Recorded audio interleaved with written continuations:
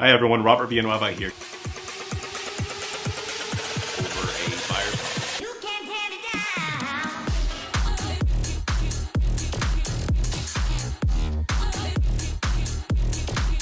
And of course, as always, I'll see you at the top.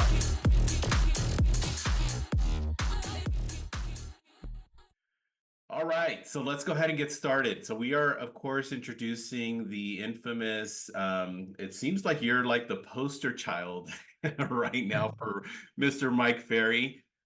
So Dan Mumm, you are from Las Vegas. Tell us a little bit more about your business, how long you've been in the business, all that good stuff.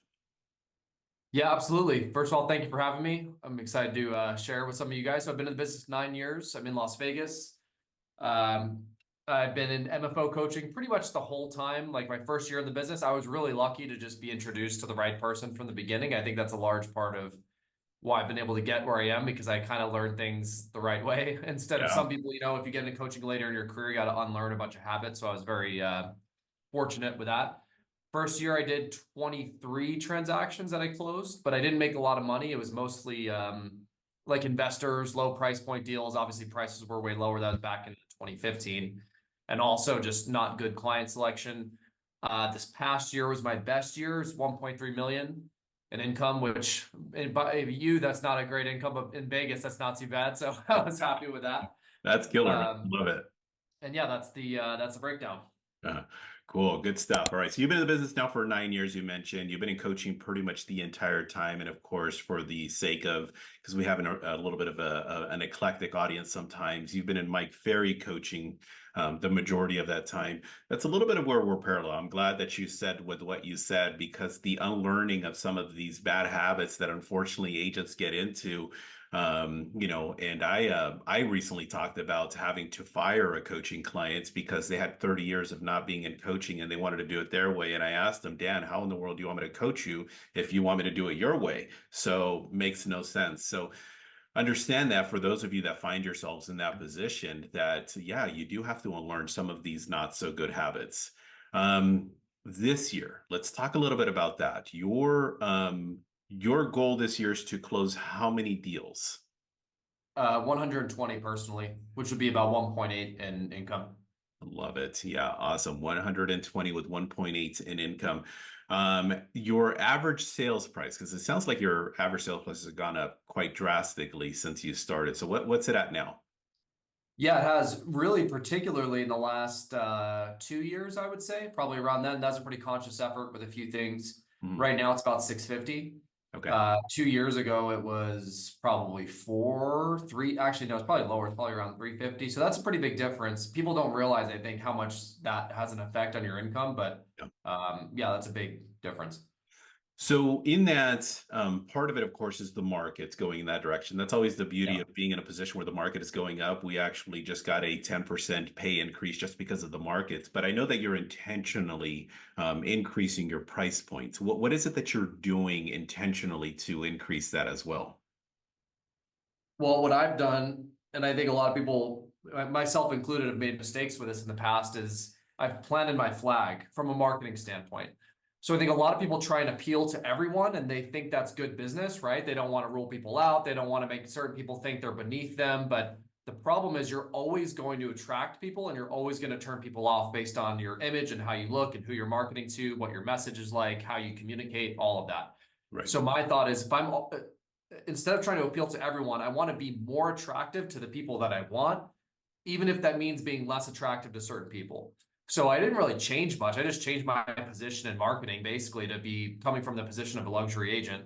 Mhm. And that's resulted in me attracting more of that business on average. Now, I don't turn down low price point deals. Mike doesn't recommend that, especially because I'm a listing agent and it's very easy and profitable for me to do that. Mhm. But if I'm going to spend time and energy and money trying to attract people, I would rather attract the ones that I want. Yeah. So that's basically it. I mean, I wrote a book, which I'm sure you've seen, and that was just a basic marketing tool as a way to attract clients. So I just took the most common questions that sellers ask me, and I put the answers in a book. Mhm. And then just the way I communicate through email and all of that, it's just a little bit more attracted to that. If I'm spending time calling people, that's another thing I did. I just stopped calling people under 500,000. that alone fixed a lot of it because it's just, if you don't call them, you're not likely to attract them. Yep. Then the last thing I would say is with my database, what I found was that, I'm sure you guys have all found the same thing. There's certain people in your database that are always going to keep referring you low price point deals. And there's certain people in your database that generally refer you high price point deals because birds of a feather flock together. Yeah. And I know a lot of people have the opinion of, well, you never know. I might help someone with a rental and they refer me a $5 million deal. Like it's happened. They'll give you some story about how it's happened. And it's true, but it's the exception and it's not the rule, right? So again, if I'm going to spend time, if I'm going to spend my precious prospecting time speaking to people, I want to spend it on the people that are most likely to get me the type of business that I want, other than the business I don't want. Yeah, I love that. Let me repeat some of this because you kind of rapid fired that, and I know some of the people are taking notes here, which is all great information. So just to make sure the audience understands with what Dan is talking about. So you actually, as an example, will take a $700,000 listing, and then literally a couple days later, you take a $200,000 listing. You're not saying no to the $200,000 listing. You're doing the bare minimum basics, whatever the agreement was with that seller, but we're paying a little bit more attention to that $700,000 listing, ideally to be able to drive more traffic so that we can, of course, generate more business in that direction. The other part you also talked about, which I absolutely love, this is something that I talk a lot about to my audience, is with our personal database. Our database, where I'm from, being in Southern California, for those of you guys that actually know, I grew up in San Bernardino, was raised in San Bernardino, and San Bernardino is not one of the best cities to, in a sense, grow up in. So a lot of my audience was pulling me in that direction. I wanted to go west. My business kept taking me east.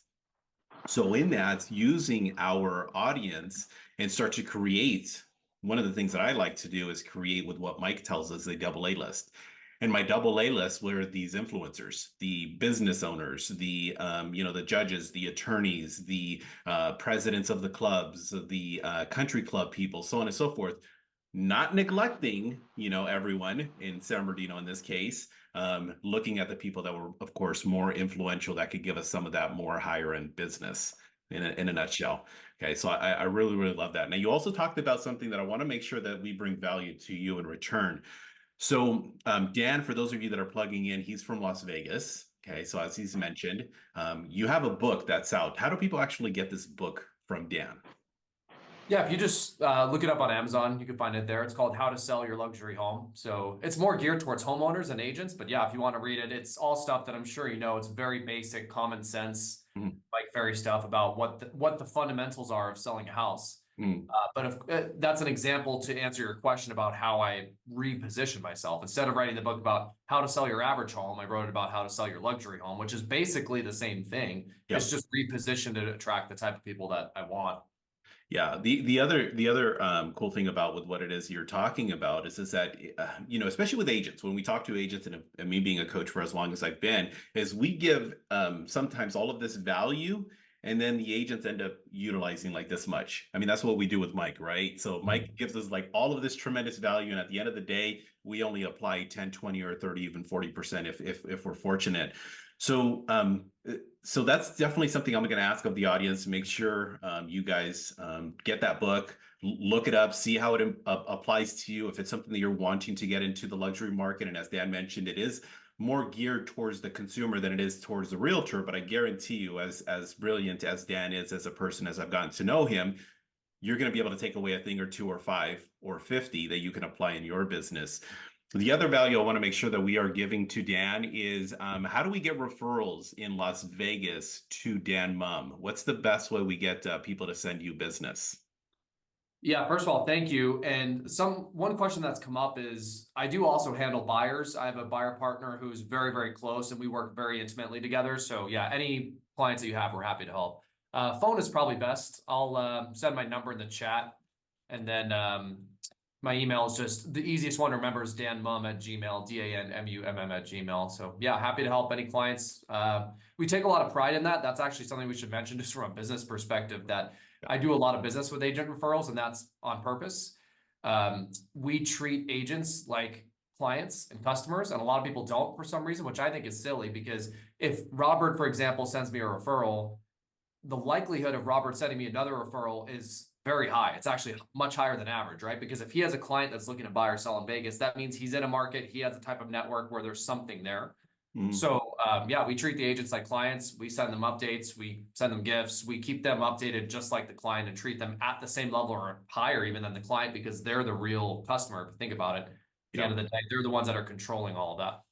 That's huge. That's huge. And because that's a big, big part of how, when I was in full production, I grew my business, was a good percentage of it, 10, 20, even as much as 20% of my business came from other agents, and treating the agents equally as important as we would, any other of our VIP people is really important, and growing that strategically. Let's talk a little bit about where you get business from. What sources, what does Dan go after? So there's a lot of sources. Database is definitely the biggest, and that could mean a lot of different things. But to keep it simple, database is about half. It's like 40 to 50%, and that would mean like past client centers of influence. Then the rest of the combination, expired listings for sale by owners, probates I've started to work a little bit more, attorney referrals, Google local service ads, online services like HomeLight. We've done a good amount through HomeLight this year. We averaged probably about 2 to 3 listings a month from there. Agent referrals are a big portion of it, and a little bit of just sold. We do like around the higher price point listings. Okay. My neighborhood has become a pretty good source for rent by owners, has always been a good source for us. I've been on and off with it, which is my mistake. It's always been pretty good for me. So it's a combination of all of those. Cool. So you're right around, it sounds like about 8 to maybe even as many as 12 different sources that you're generating business from at any given point. The core of your business is your personal database. I'm gonna make a quick little comment in regards to that to the audience. You're going to notice there's going to be some commonalities as I continue to do these interviews with all these successful mega agents like Dan and David that we did last month. And then, of course, we're going to roll out some more people this coming months. You're going to notice that the one thing that they will have in common, number one, is how much they actively work their database. Number two, which we won't get into because it does get a little personal, but their goals. They're very clear in regards to what they want. Now, from a coach's perspective, Dan, the reason I bring that up is because it's very common for the agents that I unfortunately struggle. The areas that they almost always have a challenge with is number one, they don't go after their personal database. And then number two, they have no clearly defined goals of what they're wanting to accomplish. And then they're wondering why at the end of the year, they ended up doing 9 deals again, just like they did last year. But coach, I want to do 50 deals this year. Got to be a little bit careful with that. So, how many people do you have in your personal database, would you say, past client centers of influence? Yeah, we just broke 1,000, so a little bit Love it. over. Cool. Yeah. And that's basically the where we want to be at. And you did that in actually a pretty good, respectable amount of time.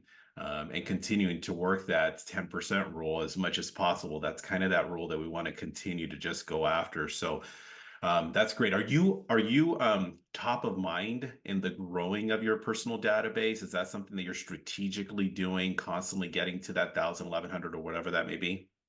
Sorry, the question is that in the top of my mind, trying to grow the Yeah, database? are you like intentionally growing that, or is it just kind of organically happening, or are you just like I got to get more people in my personal database?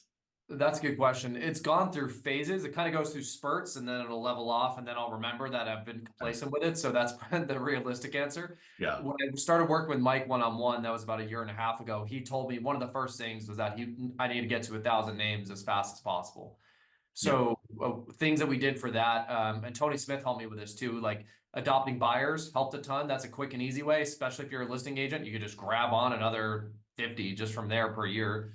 yeah, Um, People on the other side of transactions, just like when you do a deal, you just meet people naturally through a deal, right? There's how many people involved in a real estate deal, like 20 to 30. So if you pay close attention, it's easy to get. Maybe your an example would be we just sold a house near my office, and then we had to go to the neighbor's house to pick up a key because the owner lived out of state. So I talked to the neighbor, and I wouldn't have done that before. I would have just been like, "Oh, grab the key and then come back to the office." But I spent time to talk to him, ask how long he's been in the neighborhood, ask who he normally uses for his real estate needs. And I asked, hey, is it okay if I keep you updated on the market every few months? Made a personal connection, and now I have him in my database. So if yeah. you're careful, I think there's a lot of ways to build it quickly. Yeah, intentionally growing it. So paying attention to, I think one of the things that, especially when I'm working with a coaching client, I ask of them, how many people can we grow this database by? Did you go through, scour all of your different sources, your phone, your social medias, your all of this other stuff? And with some people, I even do kind of like a countdown list. Like, how many people can we add this year? All right, well, the goal is to add 100. Get an Excel spreadsheet, 199 all the way down to one, and you're actively seeing this list in front of you. And if you're at June and you're barely on number 92, well, guess what? You got your work cut out to make this thing happen. 120 deals. You probably have like what, 10, 12, 15 people on your team? No, I have one full-time buyer rep. I have two staff who are not salespeople. I have a runner and then a virtual assistant. But as far as salespeople, I really have one full-time and then one that helps a little bit with overflow. Yeah. Yeah. Awesome. And the reason I bring that up is because this is the part where unfortunately has become some version of popular where these agents are trying to, with what I call is collect real estate licenses and putting them under their umbrella and then saying, look at me, I did 40 deals this year with 10 agents. Yeah, to be clear, the 120 is personal, not including any stuff that's not my own personal Good. deals. And that's by design because of the exact reason you just mentioned. I wanted to only focus on the personal, and then anything that the team does is like I treat it as found money, basically. Yeah, yeah, awesome. That's super cool because a lot of times there's an agent that I had a good fortune of coaching at one point in time when we started. The dude was as big and egotistical as it comes, 3, 4 years in the business, doing 30 deals a year.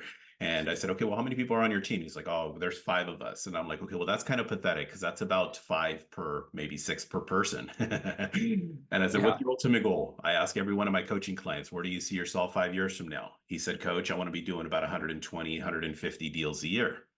Cool. Well, number one, you got to fire everybody. And it took him some time to actually understand the purpose and the benefit of that. Fast forward, having front row seats, I always have to be careful with this because I only have so much of an impact. But, seeing a person going from 30 deals a year with 5 agents to 5 years later doing 130 deals a year with literally just one buyer's agent and one full-time assistant, and the profit behind that is just absolutely mind-blowing. That's great. Now, speaking of profits, let's talk a little bit about that. What's the most profitable source for you, would you say? Really good question. Definitely database in a lot of different ways. Most profitable, easiest to work with, least turnover, least amount of churn, highest sell-through rate. Yeah, all the way around. Not even close. Yeah. So there's always this transition with agents in terms of like the fighting of the database, understanding the purpose and the value of the database, and then buying into the actual, okay, this is going to be a viable source for you. That what I just described. Did you ever deal with that? Well, let's ask that question first. Did you ever deal with that? Yeah, no, if I have one regret in my career, I have two regrets. One is I questioned everything that Mike told me pretty early on. I was a know-it-all. I thought I knew a better way to do it. Yeah. And so it took me probably 3 or 4 years before I took, a serious approach to like applying 100%.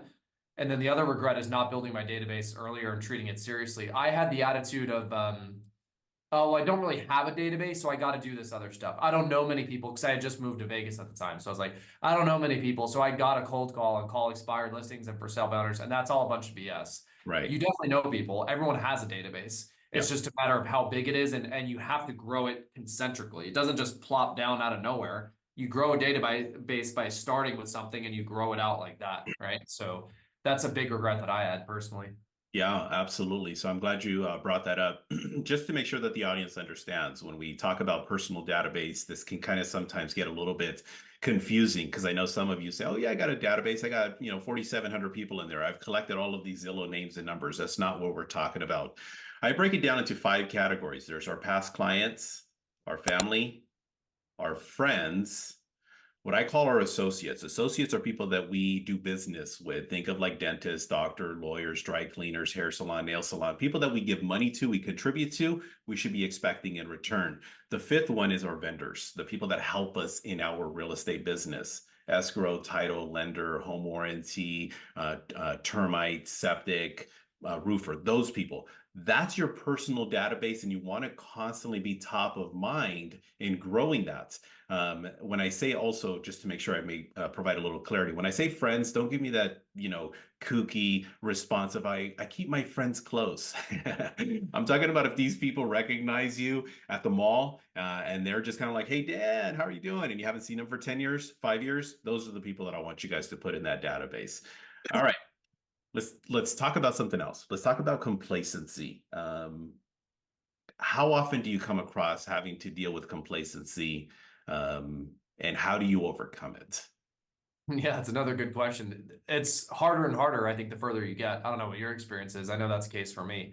When Mhm. I was new, I mean, I'm a relatively ambitious and driven person just by nature. So when I was new, it was complacency wasn't even a question. It's like I was making 50 grand a year. There's nothing to be complacent about. So Yeah. now it's definitely more of a challenge.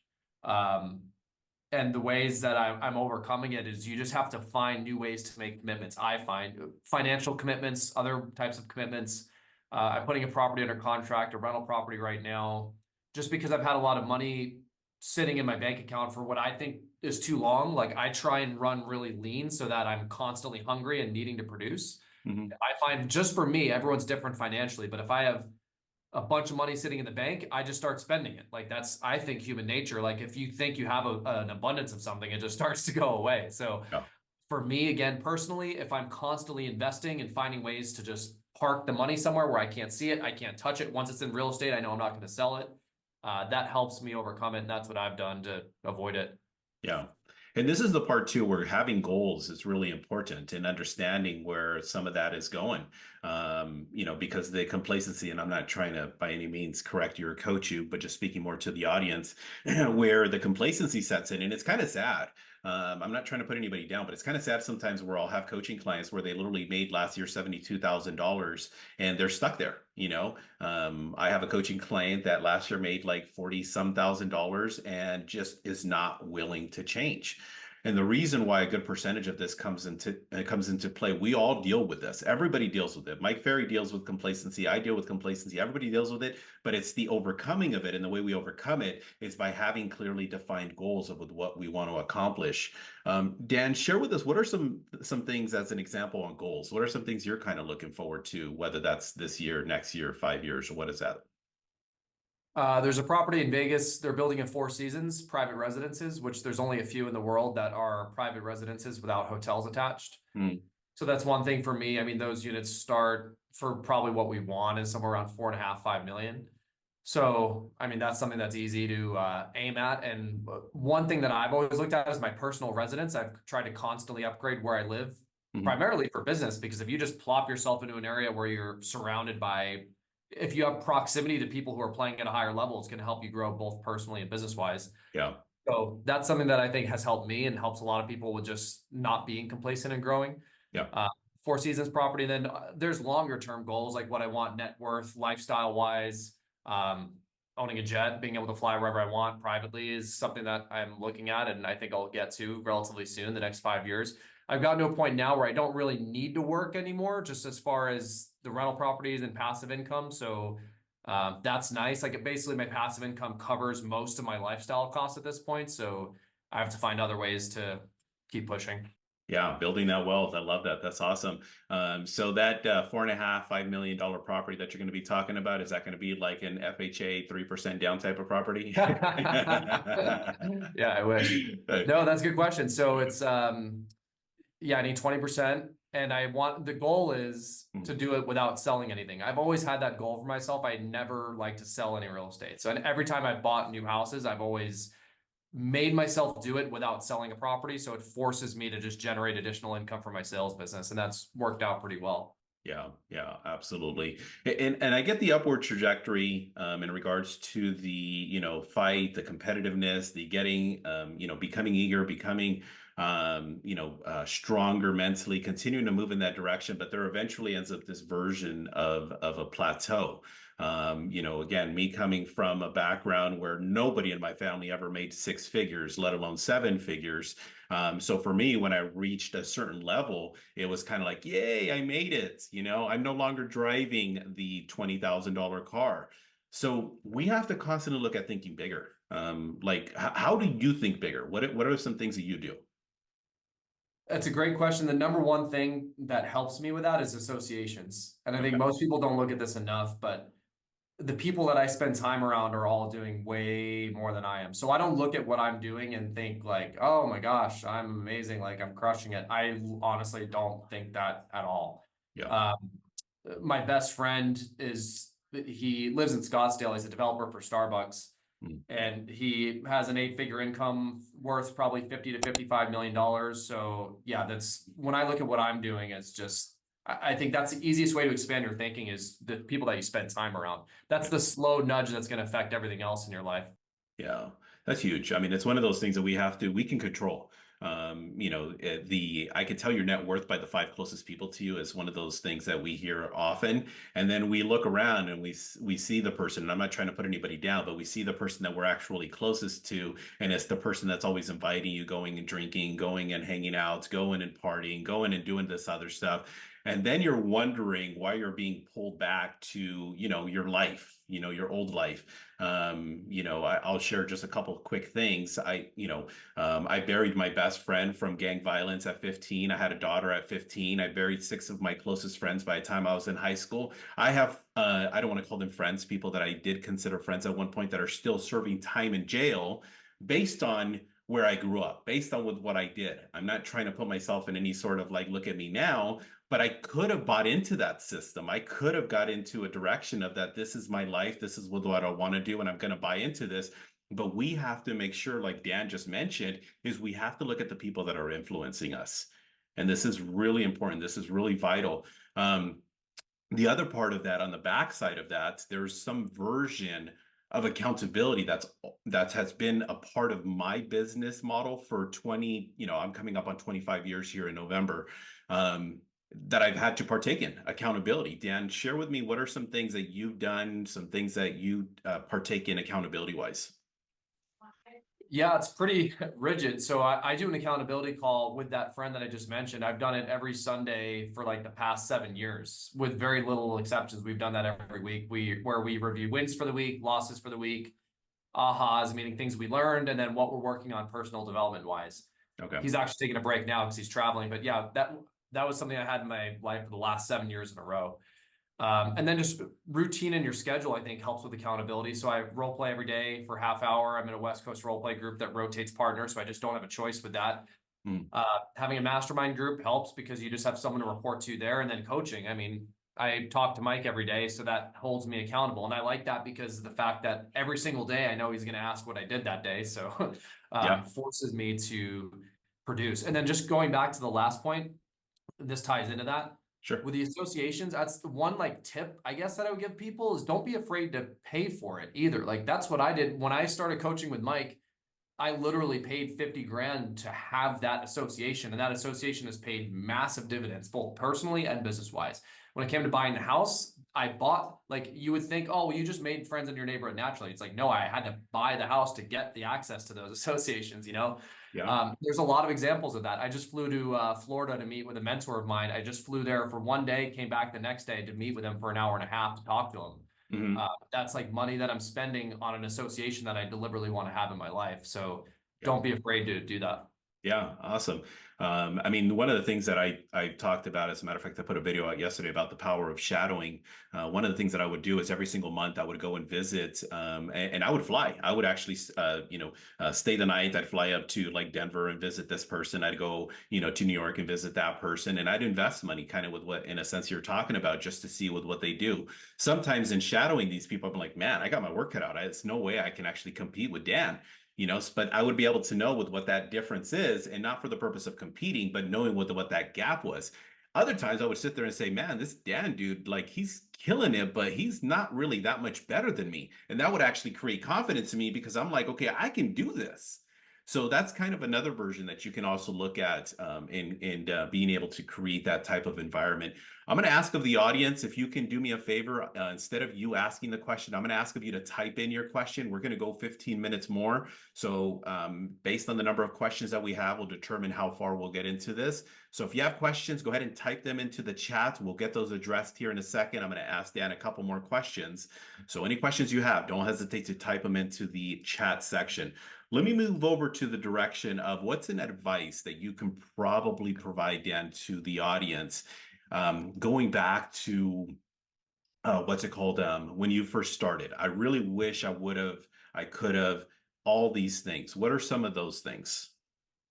The biggest thing by far is the database. I got too wrapped up in cold forms of prospecting. Your database literally is your business. Like if you ever want to get out of the business or sell it, like that literally is your business. The other stuff is good and it's helpful to drum up business in the short term, but really all the value in your business is in the database. So starting to do events earlier. We do events for clients now, and I just started doing that 3 years ago. I would have done that way earlier. Yeah. It's way more profitable and easier way of doing business. So I would have made that change sooner. And then charging more in commissions, I guess that's another change that I made about halfway through my career, where I was charging 7 on average instead of 6. The single best change I made in my business. I know that market dependent on what you could charge, but that helped a lot too. Yeah, let's talk a little bit about the events so that I want to get a little bit deeper on that so people understand what that in a sense means. I know with what you're referring to, but what would be an example of an event that you do that you've done? Yeah, I'll walk you through all of them. And Marcellus just asked a question kind of on that topic. Besides calls, what nurturing process touches do you do for your database? This is one of them. So we do 3 events a year now. One of them is our top 20 dinner, which recently we changed to a top 10 dinner. That's in December. That's for our best clients, like that AA list that you mentioned earlier. I judge that based on who's actually contributed most to the business, not who I like, but who's actually put cash in the cash register. Mhm. So I do that. We fly out a private chef, or we have a local private chef now that does that. We do an event over the summertime, which is it's like a cocktail party basically, so I can get more people there. And that's in July. And now we're doing a baseball game actually in 2 weeks, which is more family oriented, which I'm excited about because we've never really done that before. And I think it's going to attract a whole different segment of the database. So those are the 3. And they've all worked really well. They've definitely paid for themselves. And then to just answer Marcellus's question, besides calls, I have them on an email drip. I send videos out twice a month to my database. I call them once a quarter. That's pretty much it. I stopped mailing to them because I haven't come up with a good system, and I've had a lot of issues with Corfac, but I'm trying to sort that out again right now. Got it. Okay, so definitely, and then the other thing too for the audience, because we always have to be careful from a coach's perspective on getting people to invest all of it in a sense this money. What I like with what Dan talked about is creating this top 10, top 20, whatever it may be, and it could be just something not over the top elaborate, but you create this VIP and you could do something like a really nice steak dinner as an example. Or you can do something like even a picnic at the park, something at the beach, or something where you're just doing hamburgers, hot dogs. You're giving back to, in a sense, your people. One cool. You could do it for free. To be honest, you could get paid to do it. It doesn't have to be expensive. Like if you just are smart about it, you get the right vendors involved. You could literally do it for free or make money on it if you're smart. Yeah, absolutely. Which is a little bit of the direction that I was going to go into. So making sure that it makes it as cost effective as you possibly can. I remember I did an event probably maybe like about 15 or so years ago. I ended up getting all the tickets in right field at Dodger Stadium. And I bought them for like about $4. Right now, they're like $400. There's no way in the world. But you got to look at, some alternatives of what you can, in a sense, do. And these are some really cool things that you guys can do that people will look forward to. Every year I rent out a movie theater and we select a movie. Last year we did Elf for Christmas, and we invited like 250 people. It ended up costing me, I think it was like maybe $1,000. We ended up offsetting it with some of the vendors, and everybody was there watching a movie. And hey, thanks for coming. People love and appreciate that. Any other questions that the audience has? I want to make sure that I'm respectful of Dan's time. I don't want to keep him any longer than necessary. So there we go. I enjoy database prospecting and have had done email in the past, but have mainly focused on calls only. What do you do for the email drip, and what does it look like? Yes, good questions. Very standard market stats. Number of listings sold in the last week, number of new listings in the last week, and total inventory. I send that out every 2 weeks. And I film a short video. It takes me about a minute. I send it to my virtual assistant, and he does all the mechanics of that. And that produces pretty good result. What I also do is I call the people who are watching the email. That's where the results really come from. Is every week I go through and see who's been watching it, especially if there's someone new. Like you'll always get these same people that watch every week, and I'm not really interested in those. The ones that I'm interested in are someone that I haven't talked to in like a year, and I see that they start watching the videos. That means there's something there. So that's a good little tip. I don't think it really matters too much, to be honest. It's one of those things that just has to do with staying top of mind. I don't think the content is really that important. Yeah, it's just the touches. It's probably the more important, if not, as important. So, what would you recommend to an agent around 30 deals past 3 years, 5 years in the business to get from 30 deals to 50 deals, specifically for the afternoon, evening, weekend schedule if they don't have an appointment that day? What would be something you recommend? Okay. I guess the second part of the question, that's a good question. I'm really fanatic about not prospecting in the afternoon, which there's mixed opinions about. But for me, it doesn't work well. And the reason why is because if I prospect in the afternoon, I subconsciously say to myself in the morning, well, if you don't get all your prospecting done, you can just do it later. I find the less time I give myself, the more I get done. The other reason is that it gets me into a cadence of morning is prospecting, afternoon is appointments. And if I don't have an appointment in the afternoon, I find a way to get out of the office. I hate staying in the office after like 1 p.m. First of all, psychologically, I don't like just sitting in a chair all day. Second of all, it just keeps me in the cadence of like morning on the phone, afternoon I'm out. So an example of that, I mean, eventually, if you do that enough, you are going to get an appointment every day if you're looking for it. But if I don't, I can usually find a for sale by owner that I can door knock like almost every single day. I think in most markets that are big enough, like, you should be able to find someone like that, whether it's an expired listing near your office, for sale by owner, something that you can go out and door knock. Yeah. So that works really well for me. As far as the production, I think one of the things that comes up around that production range is hiring an assistant.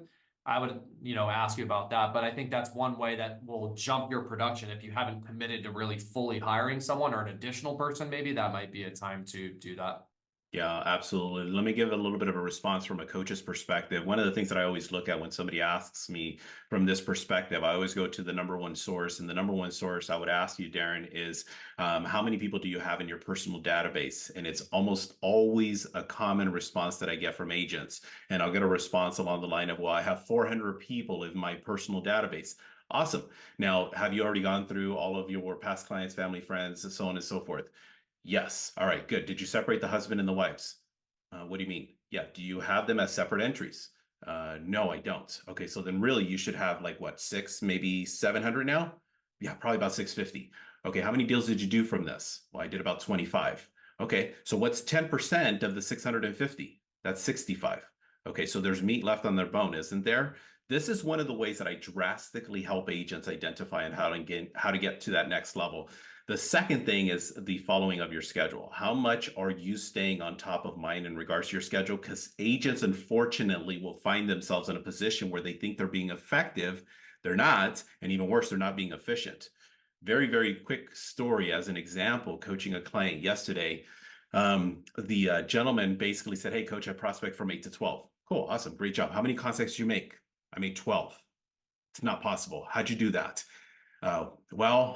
Just people aren't picking up. Okay, well, what time did you start your day? It's like, well, I got into the office at 9. So you're not starting at 8. How often do you do this in a 20-day month? Well, probably like 8, 9, 10 days. So you're not starting at 8 o'clock. You're saying you're starting at 8 o'clock, but you're not. What time are you starting your calls? Well, usually about 9:30. Okay, who are you calling first? Expired.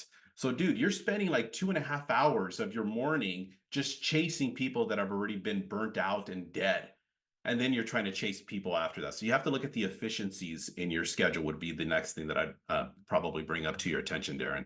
All right, so let's just leave it at that. Let's wrap it up. Dan, any last thoughts? Anything? Yeah, just tying into that last point that you made, I couldn't agree more. And for some reason, I think within the Mike Ferry system specifically, there's some people that there's this just obsessive focused on like blasting old expireds all the time. And I think part of it is actually just creative avoidance because people don't want to do the things that will actually get them involved in talking to people and dealing with the rejection.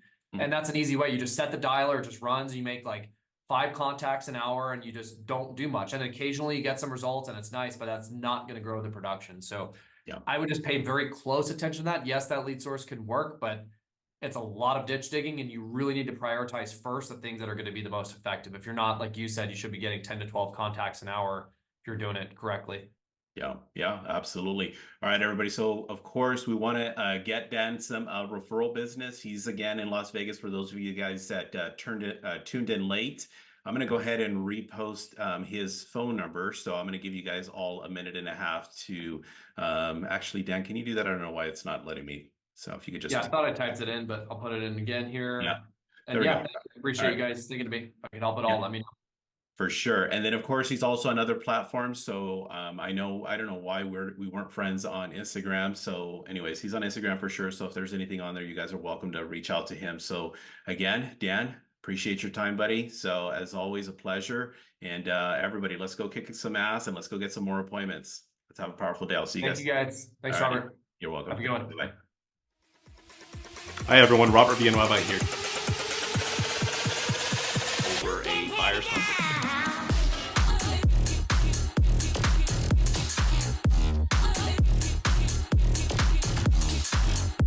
And of course, as always, I'll see you at the top.